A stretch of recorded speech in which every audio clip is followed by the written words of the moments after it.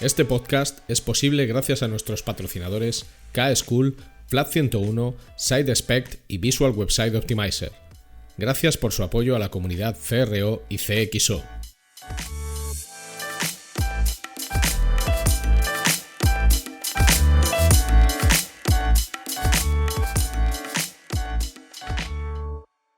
Mi nombre es Ricardo Tallar y estás escuchando CRO Café en Español, el podcast de referencia en CRO y CXO, donde hablamos con profesionales digitales de todos los rincones del planeta sobre nuestro trabajo, con el objetivo de compartir, entretener y aprender.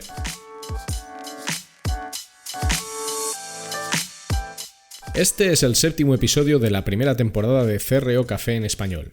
Bienvenidos. Hoy está con nosotros María Isabel Murillo, CEO en Usaria, con quien vamos a hablar de la importancia de la investigación con usuarios y cómo puede ayudarnos a encontrar fricciones y puntos de mejora en productos y servicios digitales. Si te gusta lo que te contamos, suscríbete a este podcast en la web cro.café o en tu aplicación de podcast favorita y cuéntaselo a todos tus amigos y a tus primos favoritos.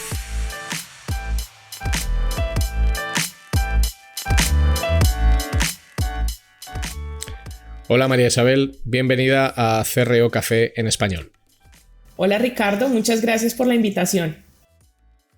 Bueno, este es un podcast sobre Conversion Rate Optimization, sobre Customer Experience Optimization y en este episodio te tenemos a ti para hablar de todo lo que está vinculado a la capa de research, a la capa de investigación de usuarios, que evidentemente para el trabajo de todas las personas que estamos en este sector es algo clave. O sea, al final se basa en comprender. Pero antes de empezar, me gustaría, para que todas las personas que nos escuchan tengan esa información, que nos contaras algo de ti. Me gustaría saber cuál es tu background. O sea, ¿de dónde viene María Isabel Murillo? ¿Cuál es tu formación? ¿Cuál es tu background? ¿Y cómo acabas en la empresa que tienes actualmente?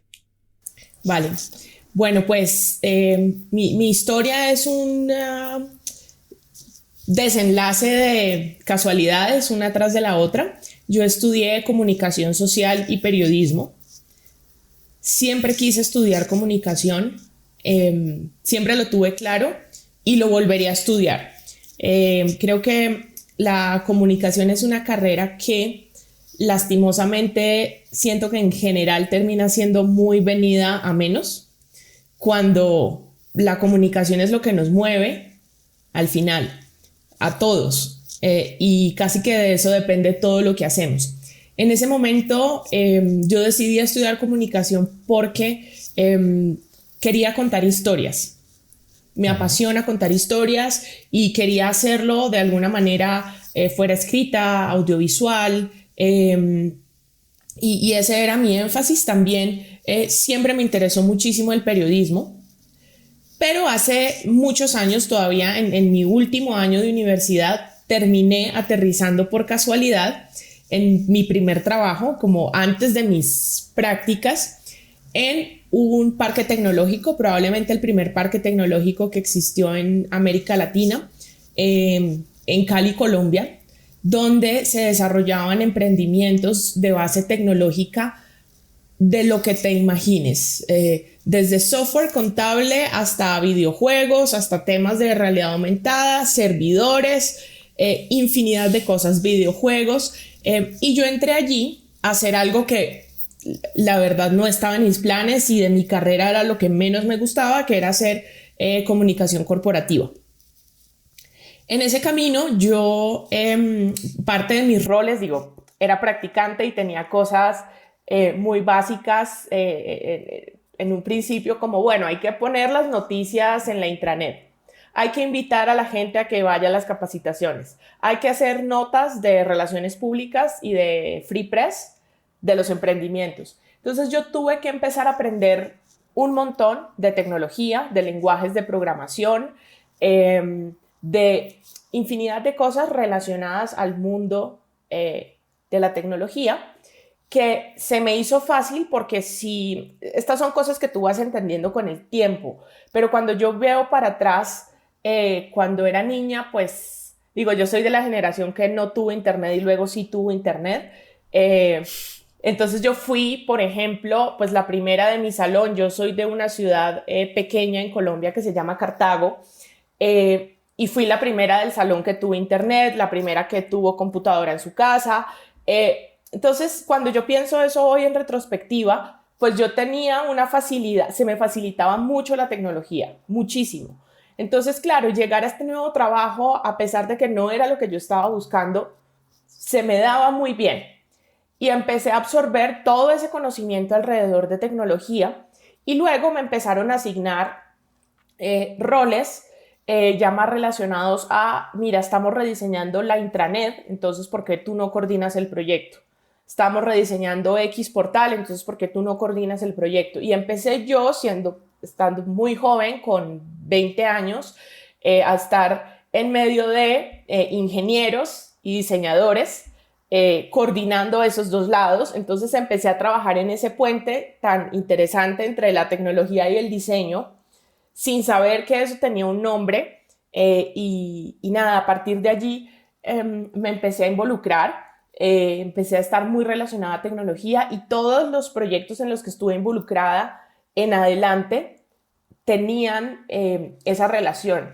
Y yo, por ejemplo, empecé a hacer wireframes sin saber que se llamaban wireframes, pero por tratar de hacerme entender, hacía, por ejemplo, estructuras, los hacía en Excel. Porque como que decía, bueno, aquí voy juntando filas y columnas y esto es más o menos para que la gente lo entienda. Y desde mi background en comunicación, me interesaba mucho que lo que sea que estuviésemos diseñando y construyendo se entendiera y fuera fácil y la gente encontrara lo que necesitara a la mano. Que al final pues son mucho, como te digo, bases de la comunicación. Y a partir de allí me encarrilé bastante en esto y nunca paré.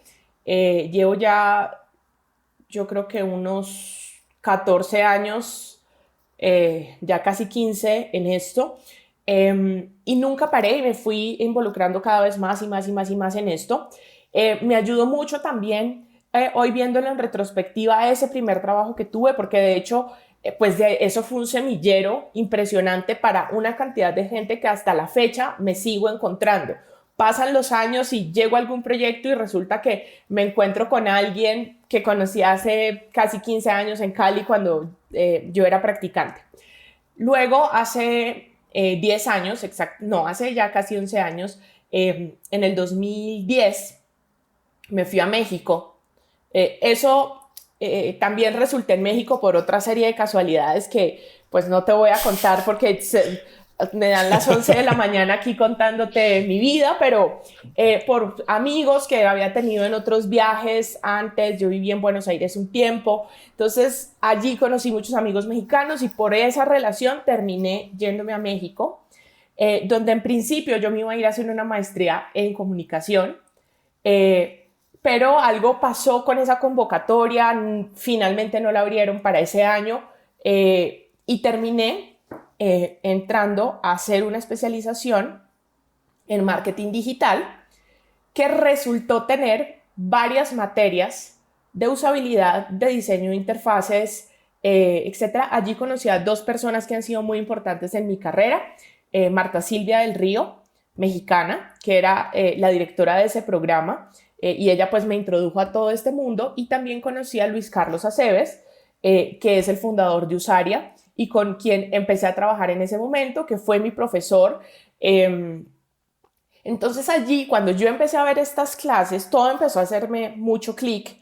Por supuesto, yo ya sabía de algunos conceptos, tampoco es que no tuviese ni idea, pero yo ya sabía que era usabilidad, como que más o menos me ubicaba por eso. Hace 10 años se hablaba únicamente de usabilidad, olvídate de que hablar de experiencia de usuario, diseño de servicios, customer experience y todas estas cosas que hablamos ahora que nos parecen tan normales, pero pues francamente hace 10 años no eran lo que es hoy.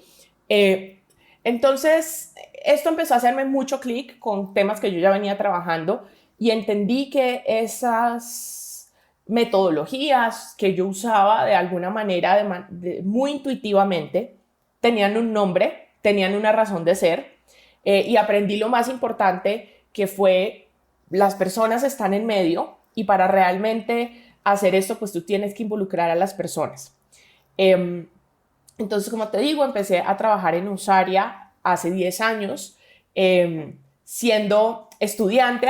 Así en ese momento yo ya llevara un rato, ya estaba haciendo mi posgrado y ya tenía experiencia laboral, pero en México pues yo llegué como estudiante, entonces pues no podía tener tampoco una posición formal de trabajo, pero así me empecé a involucrar haciendo mis prácticas allí, pues la experiencia que tenía sumó a la empresa en ese momento. Y muy pronto también me empecé a involucrar en proyectos de investigación y de UX Research internacionales para marcas globales o que estaban en toda América Latina. Bueno, me encanta tu historia porque además tiene varios elementos muy poderosos, ¿eh? Uno es el poder de la casualidad, o sea, como muchas veces las personas descubrimos nuestros talentos o lo que se nos da bien por pura casualidad, no estaba dentro de nuestros planes. Y luego hay algo que has dicho que a mí me parece crucial y soy un creyente al 100% de esto, que es utilizar los códigos de comunicación adecuados para que las cosas se entiendan. O sea, yo de hecho soy muy pesado porque digo, el problema muchas veces está precisamente en ese puente que decías tú, que cuando un diseñador habla con un desarrollador, el problema es que no hablan el mismo lenguaje y tienes que conseguir que hablen el mismo lenguaje.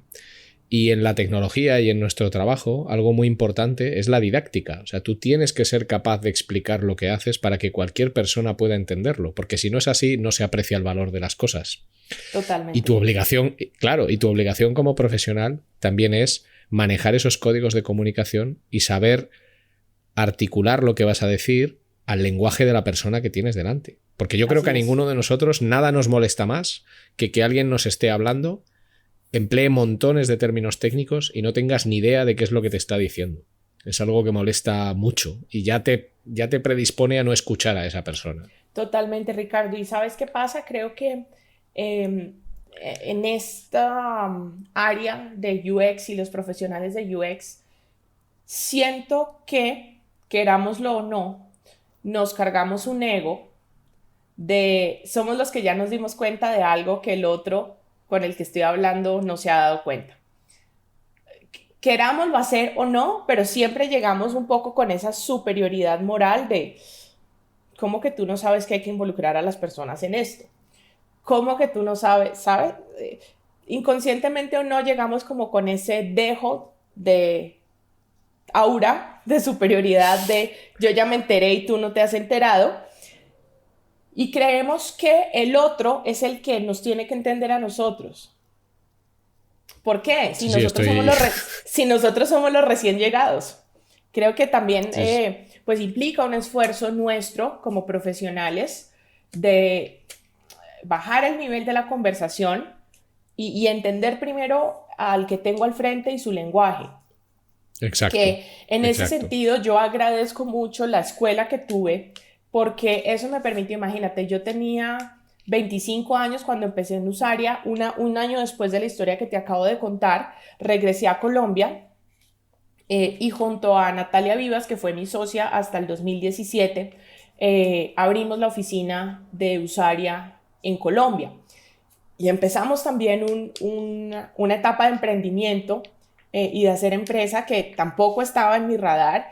Y esto me gusta contarlo porque muchas veces la gente te pregunta, ¿y cómo llegaste aquí? Y la gente está esperando una historia como que algún día yo me desperté con una gran idea de hacer una empresa y no fue así. Hay diferentes maneras de llegar a hacer lo que puedes llegar a hacer. No hay un único patrón y está bien las casualidades. Sí, a veces la gente está esperando como que ocurra un milagro o un día te ilumines. A veces es tomar las oportunidades que se te presentan. Y bueno, decía que agradezco mucho ese inicio en la carrera, porque cuando empecé la compañía yo tenía 25 años.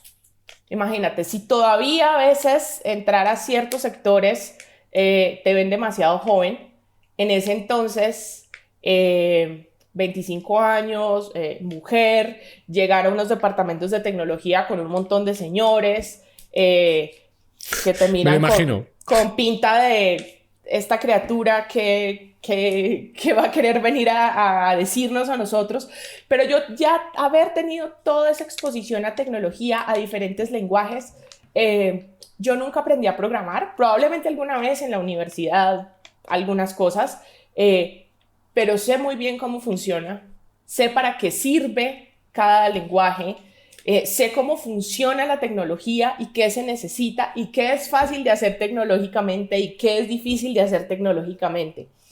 Entonces creo que eso es muy importante, o sea, entender el tema del otro lado para que tú te puedas comunicar y tengas los suficientes argumentos para tener una conversación al mismo nivel de la persona que tienes al frente.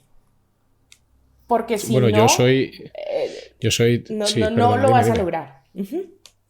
Bueno, yo soy 100% fan de este discurso, porque es lo mismo que creo yo. O sea, y es lo que te digo, has dicho algo que también es muy importante, que es entender la tecnología.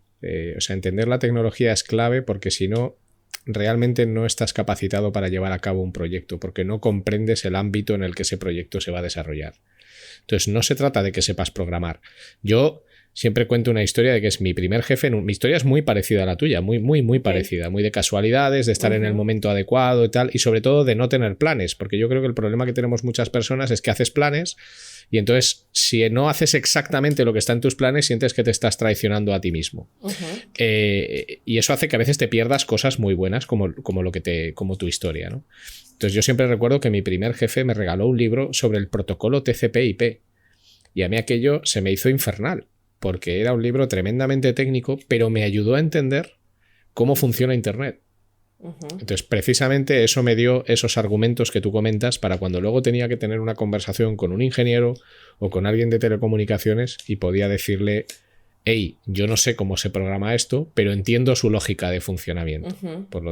Y fue muy bien, También yo creo que los aprendizajes muchas veces, las personas decimos lo que queremos y rara vez decimos lo que necesitamos. Porque lo que necesitas son cosas que te suelen pasar por accidente o que te obligan a ello. O sea, no suelen ser cosas que voluntariamente quieras hacer. Pero me parece una historia muy chula y también en parte inspiradora, ¿no? De no buscar tu camino, sino dejar que tu camino te encuentre a ti. Sí. Y por ejemplo, mira, yo te soy sincera, Ricardo. Cuando yo empecé la empresa, yo siempre pensé que yo no era capaz ni siquiera de vender un brownie. O sea, yo decía, ¿vender? Pero nada, me fui dando cuenta que puedo tener una gran capacidad de venta a través de mi conocimiento, ¿sí? A través de la transmisión de conocimiento, que no todo el mundo vende igual, que no necesitas ser un señor con un portafolio abajo del brazo. También me di cuenta que esto me ha sorprendido a mí misma y ha sido un camino también de aceptarlo y de vivirlo, que tengo una gran capacidad para organizar personas, para organizar procesos, para destrabar cosas y para llevar un negocio adelante de una manera sana, ordenada. Eso es algo que, por ejemplo, me sorprendió muchísimo de mí misma. Yo que jamás en la vida me imaginé que podía llegar a ser y he resultado bastante buena para eso y ha sido también pues como un camino de aceptación. Entonces esa pues es el resumen del inicio de mi carrera y de cómo llegué a lo que hago hoy.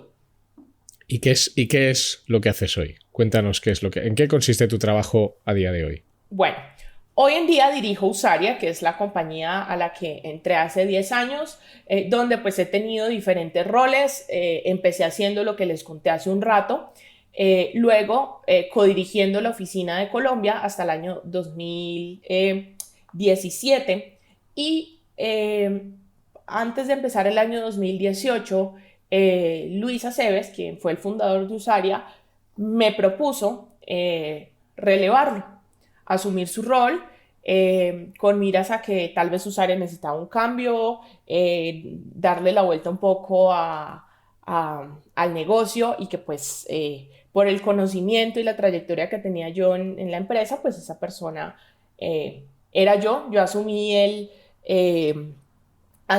cargo muy orgullosa y muy feliz. En ese cargo estoy desde el 2018, desde hace 3 años.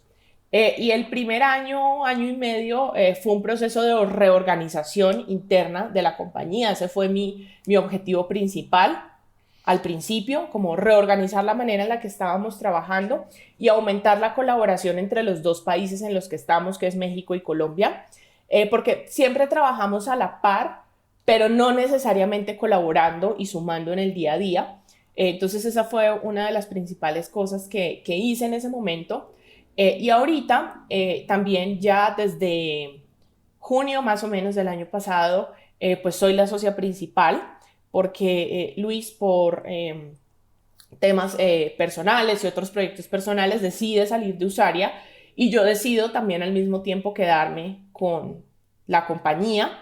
Entonces han sido, digamos, muchos cambios al interior, pero pues que me han permitido también a mí tener un reto que quiero sacar adelante con Usaria, con ciertas visiones y ciertas estrategias que nos hemos planteado para los siguientes 5 años. Entonces hoy en día pues dirijo la estrategia de la compañía, además de ser la socia principal, y mi rol principal es justamente saber, bueno, en qué negocio queremos estar, en qué negocio no queremos estar, cuáles son las banderas que queremos liderar desde aquí, que particularmente hay 3 bien importantes, que es el tema de la investigación, la ética y la enseñanza en diseño. Esas son pues algunas cosas bien importantes, más otras cosas que pues no puedo contar mucho aquí porque ya hacen parte pues muy como de la estrategia de lo que estamos haciendo, pero eso es a lo que en lo que estoy enfocada hoy en día. Aún todavía estoy involucrada con el equipo de trabajo en algunas cosas, como guiando a veces el día a día de los proyectos, o no tanto el día a día, más bien como los enfoques y haciendo muy de coach para el equipo sobre cómo enfrentar ciertas situaciones o cómo enfocar algún proyecto. Y digamos que también terminando de formar al equipo. Eso es en lo que ando hoy en día.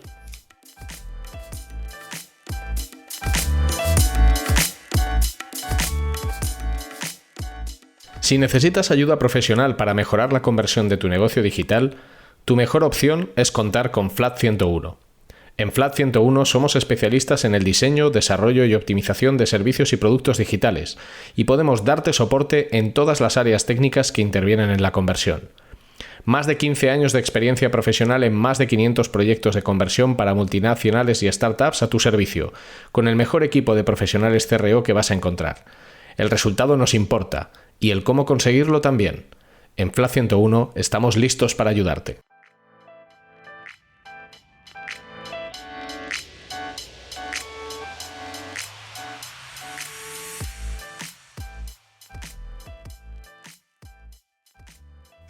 Bueno, que no es poco. A mí me encanta tu visión y creo que tendremos que hablar fuera de este podcast porque de verdad que nuestra forma de hacer las cosas es muy, muy similar a lo que cuentas y también creo mucho en la parte de la ética en los negocios, que es algo que desgraciadamente escasea, y también en la enseñanza y en la responsabilidad didáctica de los profesionales que nos dedicamos a esto.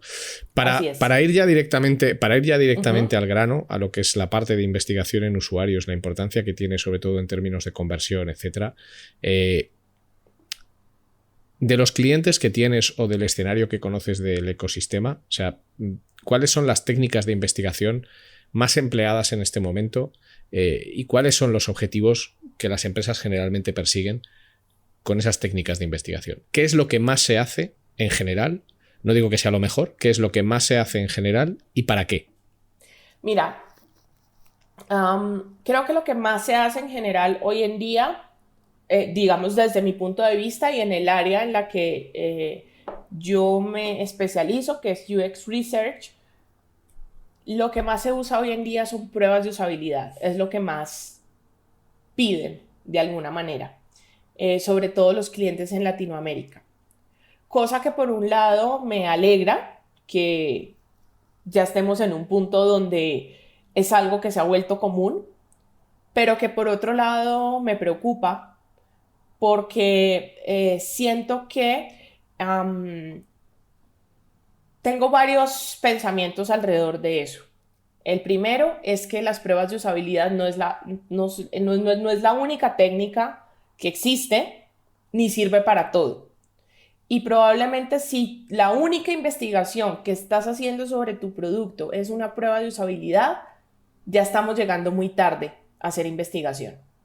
¿Por qué? Porque esa investigación va a ser reactiva, es decir, en reacción a un producto que ya existe, que ya un grupo de personas se inventó a su manera, donde probablemente el uso, como también está afortunadamente nuestra profesión ha evolucionado tanto, probablemente el uso, a menos que de verdad seas muy mal diseñador, pues va a estar bien, porque hay muchas cosas que ya están inventadas o que de alguna manera ya, aunque uno se sigue pues encontrando cosas terribles, pero yo en 10 años sí he visto la evolución, o sea, cada vez hay productos, la mayoría de los productos que se diseñan hoy en día, en términos generales, son fáciles de usar. Siempre que evalúas un producto habrá cosas para corregir, claramente. Pero el tema es que llegas con un producto que, ok, le puedes corregir 2 o 3 cosas de usabilidad, pero la gente te va a decir que es un producto que seguramente no necesita o que ya usa otro igual, entonces que no entiende este producto para qué lo usaría o le parece caro, ¿sí? Y ahí entramos en el dilema de el producto correcto versus diseñar el producto de la manera correcta.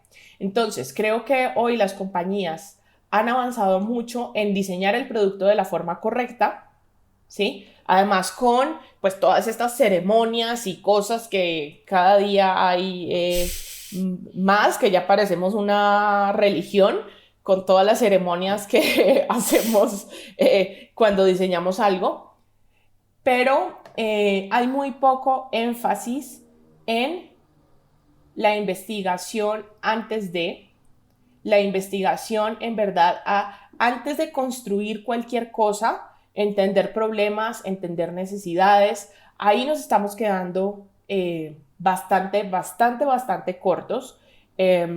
Y es un tema que pues en general me preocupa bastante. Porque luego hay otro tema más complejo aún, y es que a veces la gente solo está haciendo pruebas de usabilidad y las hace mal. O sea, son investigaciones que están mal formuladas, las tareas están mal hechas, porque como tú me lo mencionabas, creo que fuera de cámaras al principio, esto se ha popularizado y se ha democratizado de alguna manera, y eso con lo bueno y lo malo, ¿sí? Lo bueno es que esto ha cobrado importancia, lo malo es que qué tan rigurosos estamos siendo con el trabajo que estamos haciendo. Entonces a veces también es peligroso porque, no sé, entre no hacer investigación y hacerla mal hecha, a veces prefiero como que ni hacerla, porque corres el riesgo de quedarte con unos resultados que tú crees que son ciertos y no lo son, porque son resultados de una investigación que está mal planteada. Esto que dices es muy importante, porque las pruebas de usabilidad, los heurísticos de usabilidad, los heurísticos quizás menos, pero las pruebas de usabilidad, lo que es task testing, o sea, todo lo que se enfoca a testar tareas, puede demostrarte lo que tú quieras dependiendo de cómo plantees ese test. Claro. Sí, y esto es, claro, o sea, recae mucho en la responsabilidad de quien diseña ese test. Porque si no lo diseñas bien, pues puedes llegar a unas conclusiones totalmente opuestas a las que realmente se dan en el escenario real de uso. Y créeme que yo, mira, Ricardo, yo podré no saber de muchas cosas, pero creo que sé bastante de investigación y que creo que he tenido la fortuna de tener a mi alrededor personas de las que he podido aprender de la manera correcta. Nosotros también en Usaria hacemos parte de la UX Alliance, que es una red global de compañías similares a nosotros, cuyo énfasis bien importante es también el tema de research, y que de alguna manera eso también nos permite o nos ha permitido validar de manera internacional con estándares bien importantes, que pues la forma en la que hacemos las cosas pues tiene una rigurosidad y sí, se corre el riesgo. Y también siento que como estamos ahorita tan metidos en estos procesos y en estas ceremonias, pues como que parte de esas ceremonias es probar, pero más por cumplir o chequear una casilla que por en verdad entender, comprender qué es lo que está saliendo de allí. A veces también creo que la palabra validación es muy peligrosa, porque justamente es como que estoy usando la investigación para validar que yo tengo la razón. Sí, sí, ahí hay un sesgo de confirmación muy grande. O sea, es decir, tú en realidad estás haciendo pruebas para demostrar lo que a ti te interesa demostrar. Y esto está el peligro. Este es un podcast, a fin de cuentas, sobre mejora, ¿no? Sobre mejora de conversión o sobre mejora de experiencia. Entendiendo por mejora de experiencia es un concepto muy amplio. ¿En qué medida la investigación con usuarios ayuda a la mejora? ¿Ayuda a la mejora de un e-commerce o ayuda a la mejora de un producto digital cuyo objetivo es vender o conseguir un objetivo de un usuario que debe hacer algo, debe registrarse, debe comprar, debe descargar? ¿Por qué es importante invertir en investigación con usuarios para mejorar? Mira,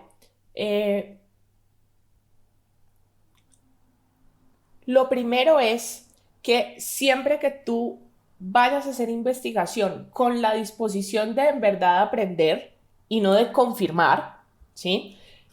Siempre vas a traer algo y siempre te vas a sorprender de cómo la gente usa tu producto o cómo tu gente podría llegar a usarlo. A veces tú tienes, por supuesto, las estadísticas y tienes datos que por supuesto son muy importantes, pero es que los datos no son los que se sientan a comprar un libro para el cumpleaños del novio, ¿sabes? Los datos no tienen ni pies, ni manos, ni cabeza, ni se sientan a usar un producto, ¿sí? Lo que se sientan a hacer eso son personas que tienen pues unas características. Entonces, en el punto en que tú te das a la tarea y tienes la apertura de en verdad querer aprender, vas a empezar a descubrir por qué la gente actúa de determinada manera, cuáles son sus necesidades reales, cuáles son las problemáticas que esa persona enfrenta todos los días. Y en ese sentido, por supuesto que si tú estás de nuevo con la apertura de escuchar y de aprender, eso va a guiar a tu negocio y todo va a ir para mejor. Mira, yo nunca he estado en un proceso, afortunadamente, donde se hayan hecho procesos de investigación adecuados y constantes, donde ese producto, lo único que va a pasar con ese producto es que le va a ir mejor. Nunca ha pasado, y toco madera aquí en este podcast, que hagamos ese proceso y el resultado sea, esto fue peor, nos fue peor. Nunca, ¿sí? El resultado siempre va para mejor y espero que así siga siendo, ¿sí? Pero lo he visto y es así.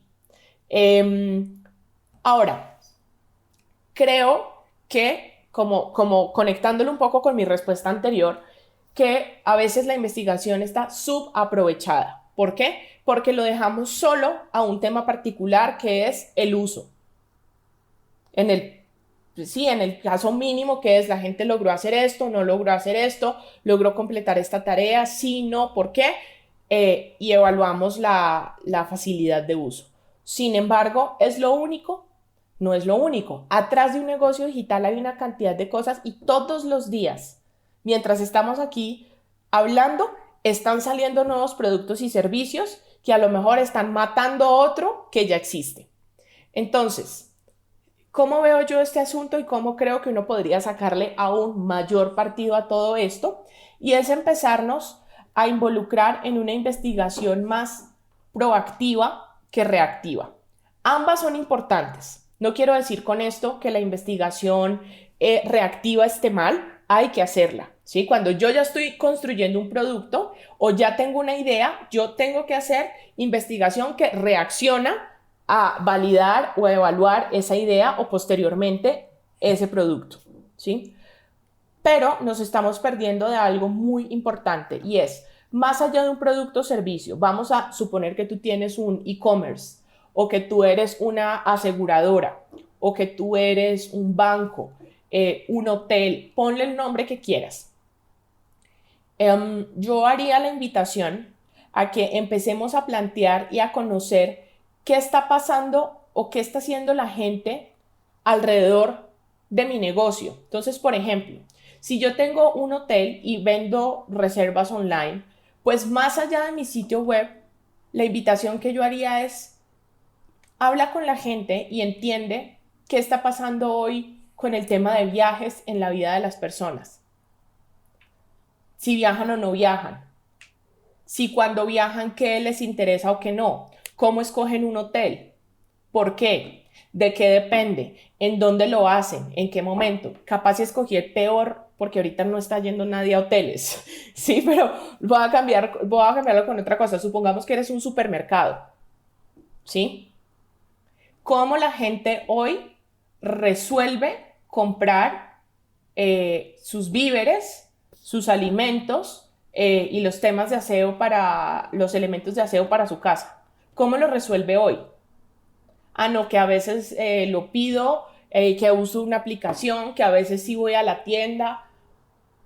Entonces, ¿cómo me anticipo y entiendo eso primero antes de relacionarlo a un producto o servicio? Entonces, las compañías y sobre todo las compañías grandes, porque esto también requiere tiempo, inversión y presupuesto, ¿sí? Porque también entiendo que no se hace solo investigación reactiva por mala fe o por no querer.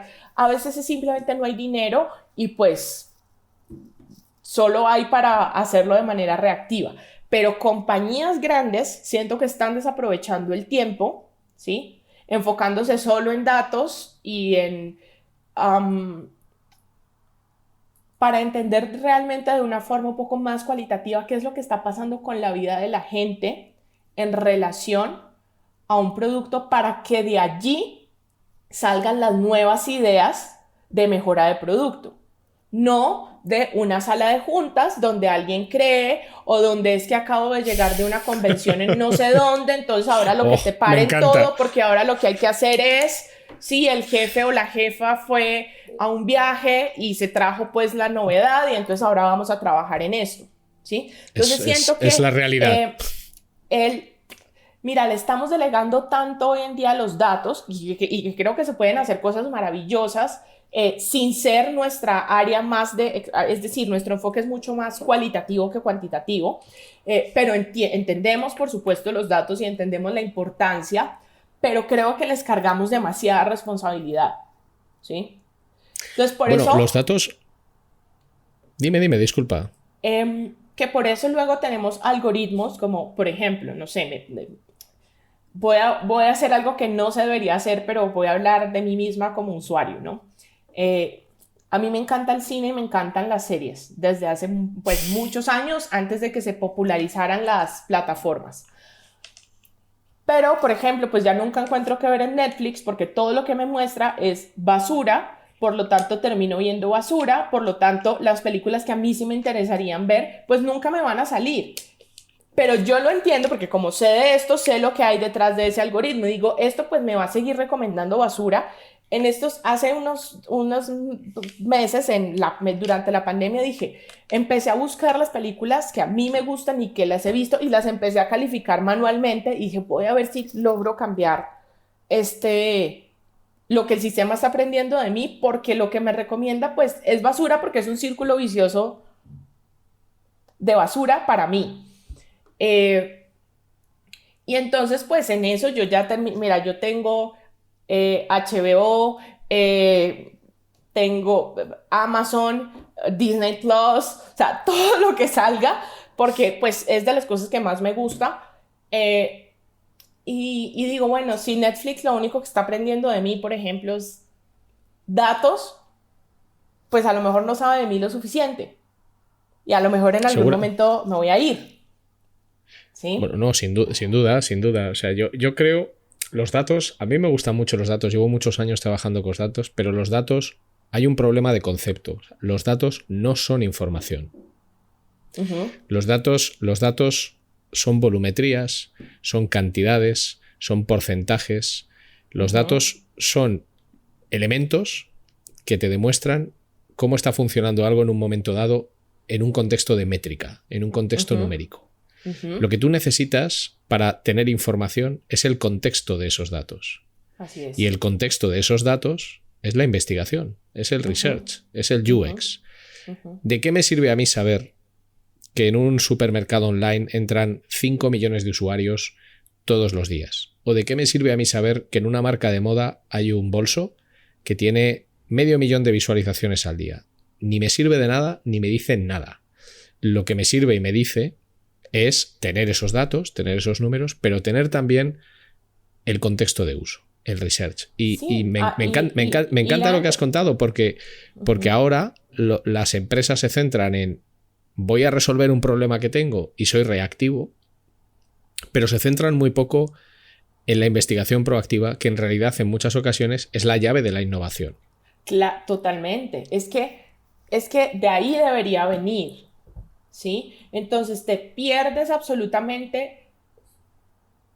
Si no lo haces, en cualquier momento perdiste tu negocio, ¿sí? Porque si te salió alguien que está viendo lo que tú no viste. Y eso pasa sobre todo en las compañías grandes y en las compañías tradicionales, que pues no es ningún secreto que empezaron a salir startups por todos lados con mucha más flexibilidad y con mucha más, digamos, capacidad de observar lo que pasa hoy, también pues por su forma de trabajar mucho más simplificada a una compañía grande, y pues se les están quedando con el pastel, básicamente. ¿Por qué? Porque no hay esa visión de, a ver, revisemos mi negocio de nuevo de una manera proactiva. Si yo tengo un negocio de ropa, ¿sí? ¿Cómo la gente consume ropa hoy? ¿Qué hace? ¿Por qué? En su día a día. ¿Qué ha pasado con la compra de ropa durante la pandemia? ¿Cómo se ha vuelto la relación de las personas con la ropa? ¿Sí? Y no suponer que entonces yo ahorita debería vender más X porque, ¿sí? Ahora, en relación a eso, hay una cantidad de técnicas que uno podría estar usando, pero que no son las más populares, que usualmente la gente no las conoce, como son, por ejemplo, los estudios de diario, que a mí me parecen pues una técnica maravillosa porque te da la posibilidad de entender, y me gusta, generalmente explico esta técnica con el caso, por ejemplo, de un supermercado. Porque tú podrías entender, por ejemplo, en un lapso de un par de semanas, cómo la gente resuelve el tema de los alimentos en su casa, ¿sí?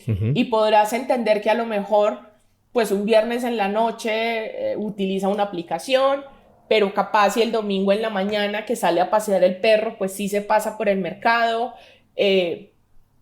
porque hace algo de determinada manera, que lo motiva, a través de qué medio compra qué, cómo lo paga, qué medio de pago usa y por qué, a qué horas, para cuánta gente, y si capaz eso lo empiezas a cruzar con otras variables de, pues voy a hacer este estudio con un grupo de personas que vivan solas, con otro grupo que vivan solas y con su mascota, con gente que viva en pareja, con gente que sea familia, con hijos, ¿sí? A lo mejor ya personas mayores, que por el contrario ya sus hijos no viven en casa y ellos ya están a lo mejor pensionados, porque no es el mismo consumo que puedo hacer yo, que vivo con mi gato, a el consumo o la forma de consumir alimentos o temas del supermercado que pueda tener una familia con 3 hijos y 2 perros, ¿sí? Entonces, a partir de allí, yo puedo empezar a obtener muchísima información, de nuevo, de manera proactiva, que como tú bien lo decías, me puede servir para temas de innovación y para poner sobre la mesa innovación sobre mi producto y mi servicio que realmente responda a una necesidad real. Y cómo también me puedo anticipar, aunque, es decir, por ejemplo, haber anticipado que íbamos a estar viviendo una pandemia, pues creo que nadie, o sea, nadie se esperaba esto. Bueno, Bill Gates lo dijo, ¿no? Bill Gates lo dijo hace... Nadie escuchó a Bill. Nadie lo escucha. Están más interesados en sus teorías conspiratorias, pero no me voy a meter por ahí. No entremos ahí, que eso daría para muchos episodios de podcast. Sí. Pero si yo hago algo de alguna manera un poco más proactivo, también entendiendo no solo la gente, sino qué está pasando en el mundo, las tendencias, un poco hacia dónde va todo esto, ¿sí? Que esto está muy conectado con algo que se ha empezado a popularizar también ahorita y es el tema de diseño de futuros, y es cómo a través de las tendencias y de las perspectivas yo puedo entender qué es lo que está pasando en el mundo. ¿Sí? Sí, está claro. O sea, yo soy muy fan del diseño de futuros. Vamos a hacer un ejercicio de diseño de futuros. Te lo propongo. ¿Cómo crees tú que será la investigación con usuarios dentro de 10 o de 20 años?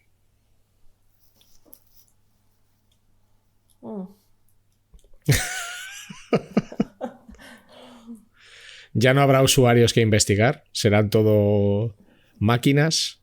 La investigación con usuarios será más tecnológica.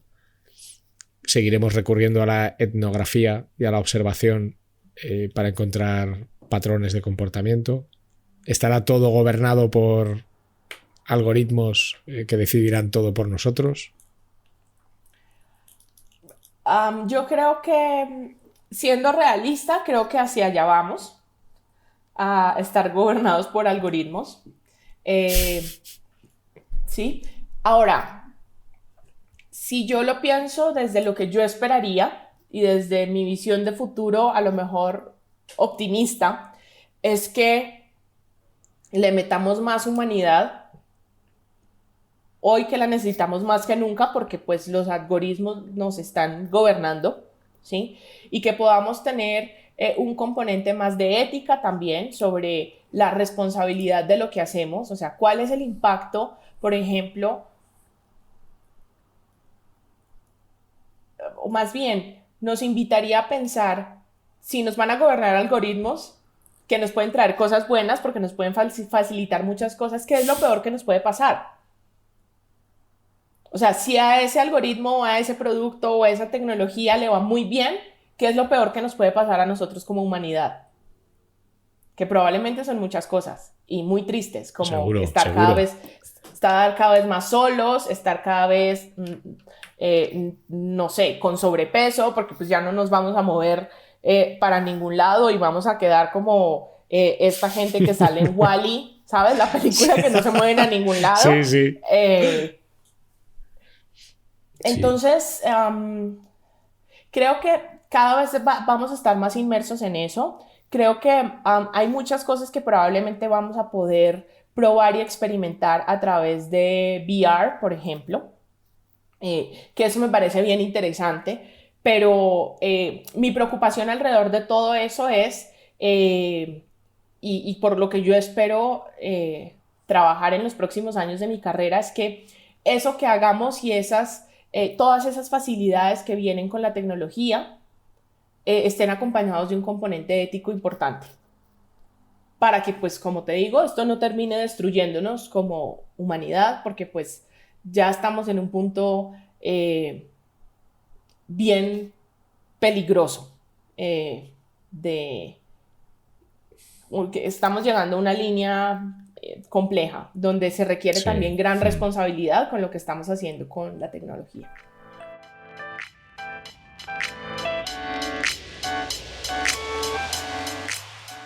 Ahora es el momento de una pequeña promo.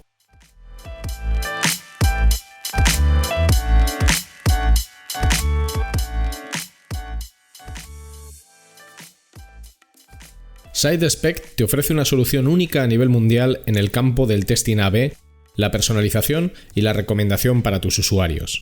SideSpect funciona de forma server-side, sin necesidad de scripts de ningún tipo, lo que garantiza un rendimiento óptimo. La solución de SideSpect elimina retrasos y la posibilidad de cualquier efecto flickering. Y esta aproximación también garantiza que la actual y las futuras reglas de seguridad de cualquier navegador como ITP y ETP no impactarán en tus experimentos. Para más información, visita sidespect.com.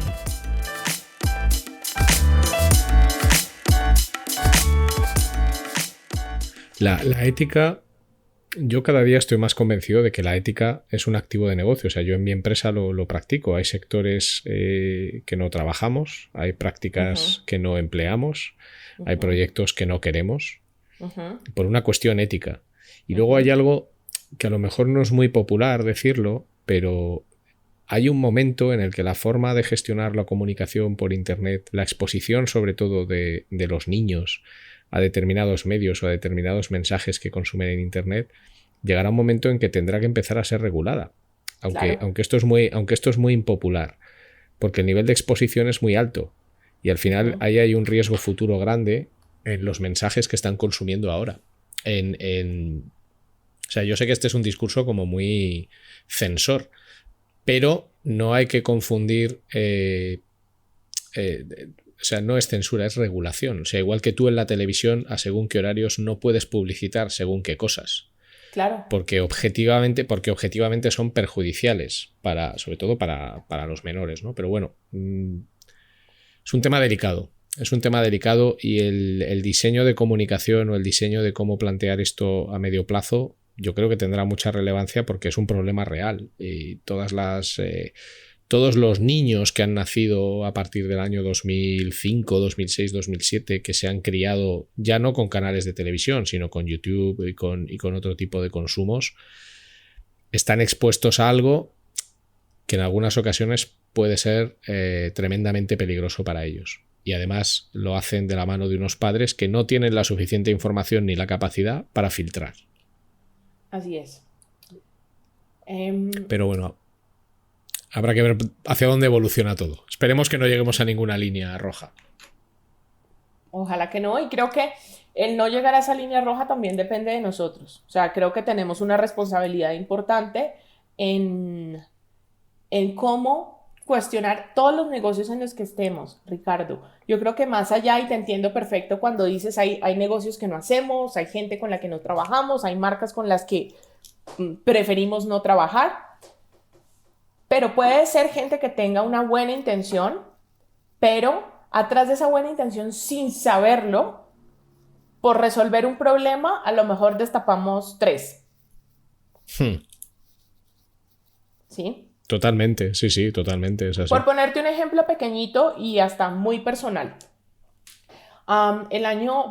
Hace unos meses fui a consultar una doctora con la que eventualmente voy, que me ayuda con temas como de mi alimentación y de bienestar y ese tipo de cosas.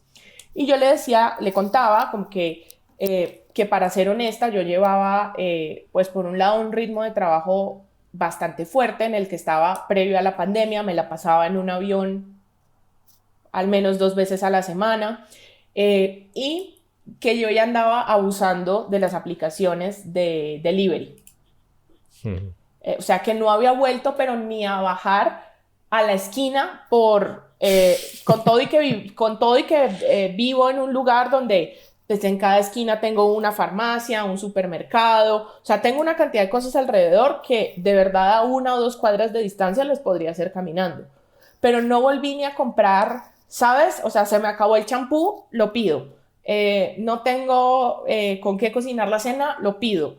Y ella me decía, mira, que su esposo, me contaba, mi esposo también es médico, y me dice, créeme que tenemos muchas ganas de hacer una investigación para dar cómo esas aplicaciones han aumentado la obesidad en la gente, porque ahora la gente no se mueve a ningún lado. Entonces, claro, por un lado te están facilitando la vida, que yo decía, ay, qué maravilla, que ahora todo lo puedo pedir y todo me llega a la puerta de mi casa y yo que me la paso viajando y no tengo tiempo.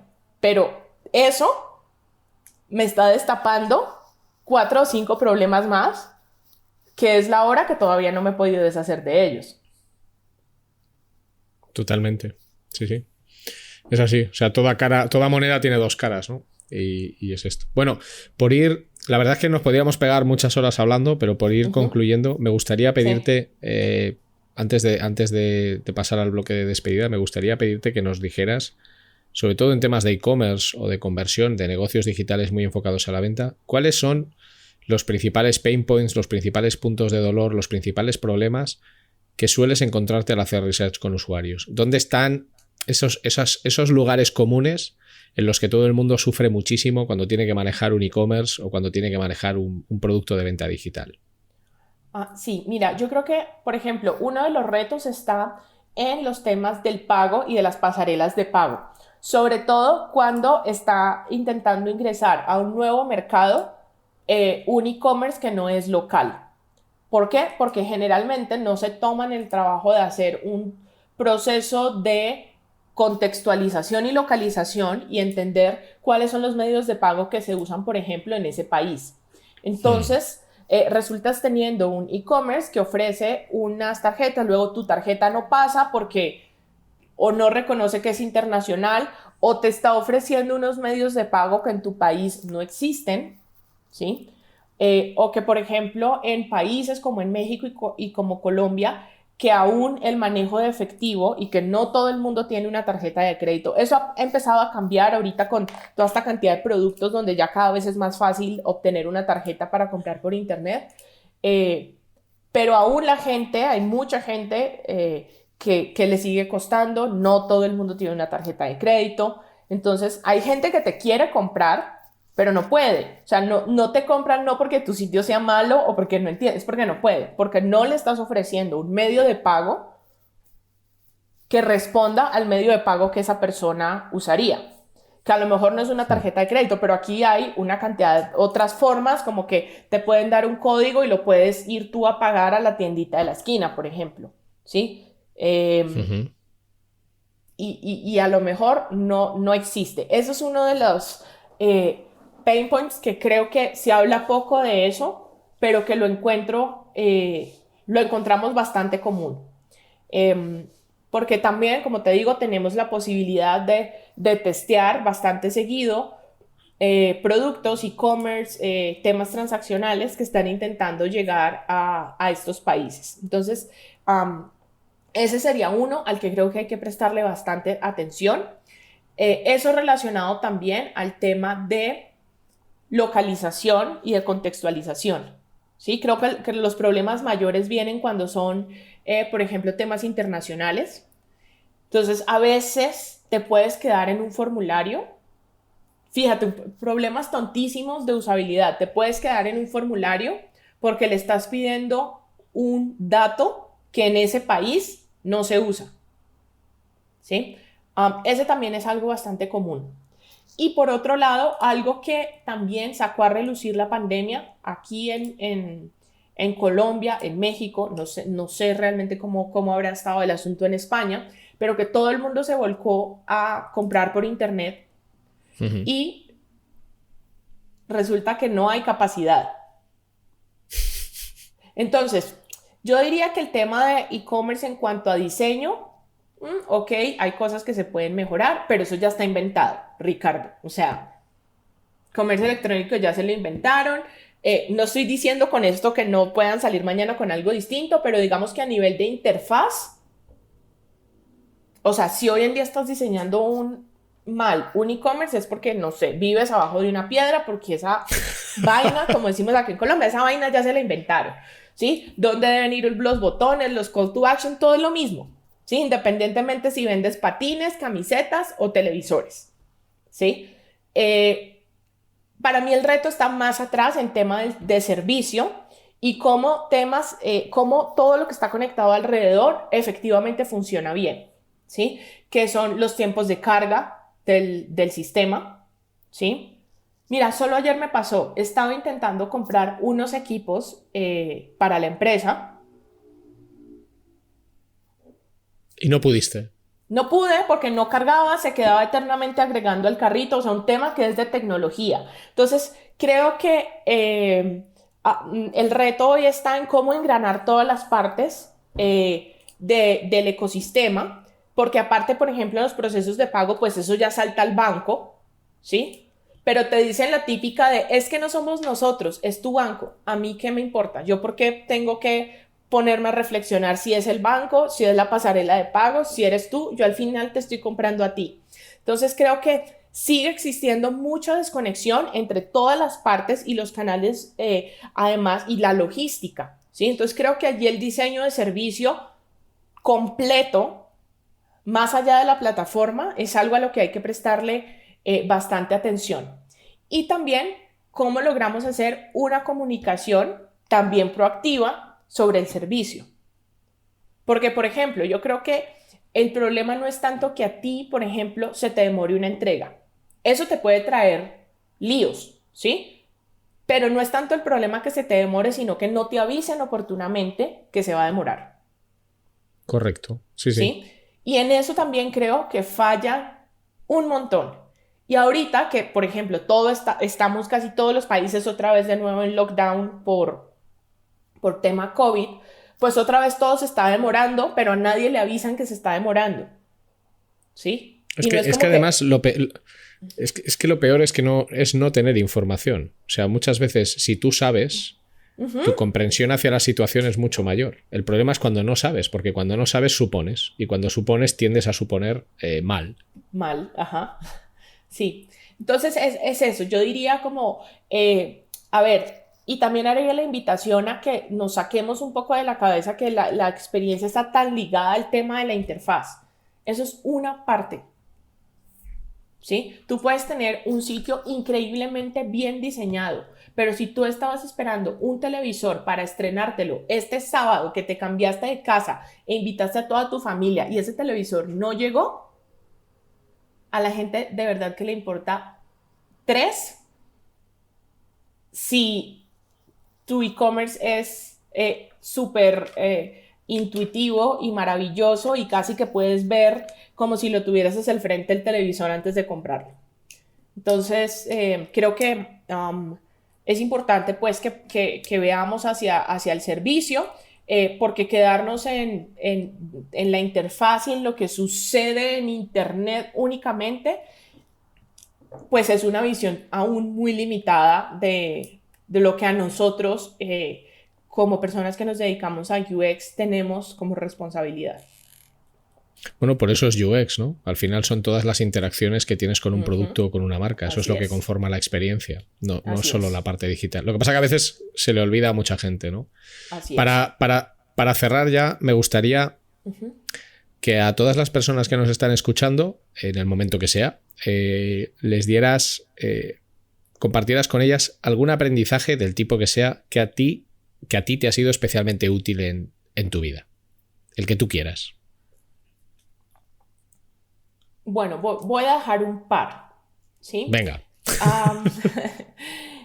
Y si hay alguien que me está oyendo que tal, capaz ya me he oído por ahí, de pronto ya me oirá repetirme en esto, pero bueno, hay una cosa importante y es que creo que algo que a lo mejor es un consejo a lo mejor más humanista, pero nosotros tenemos que tener apertura al mundo, independientemente de tu religión, de tus creencias, etcétera. Creo que tú no te puedes dedicar a UX, por ejemplo, si no tienes apertura a la diferencia, ¿sí?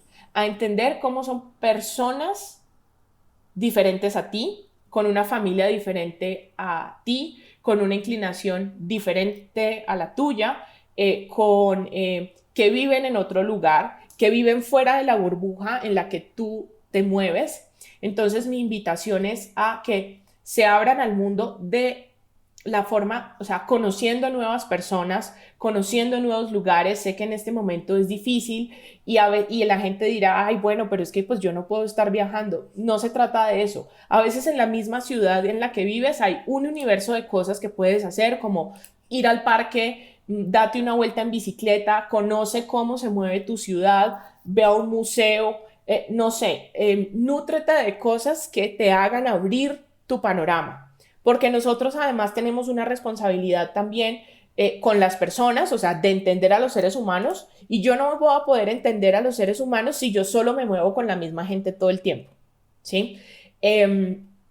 Y voy a tener, como hablábamos, un poco de sesgo de confirmación de, pues, solo hago lo que yo conozco y creo que todo el mundo vive como yo vivo, y no es así.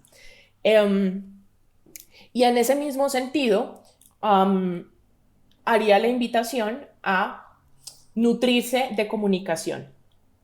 Lean, escriban y preocúpense cada vez más por aprender a comunicarse más y mejor.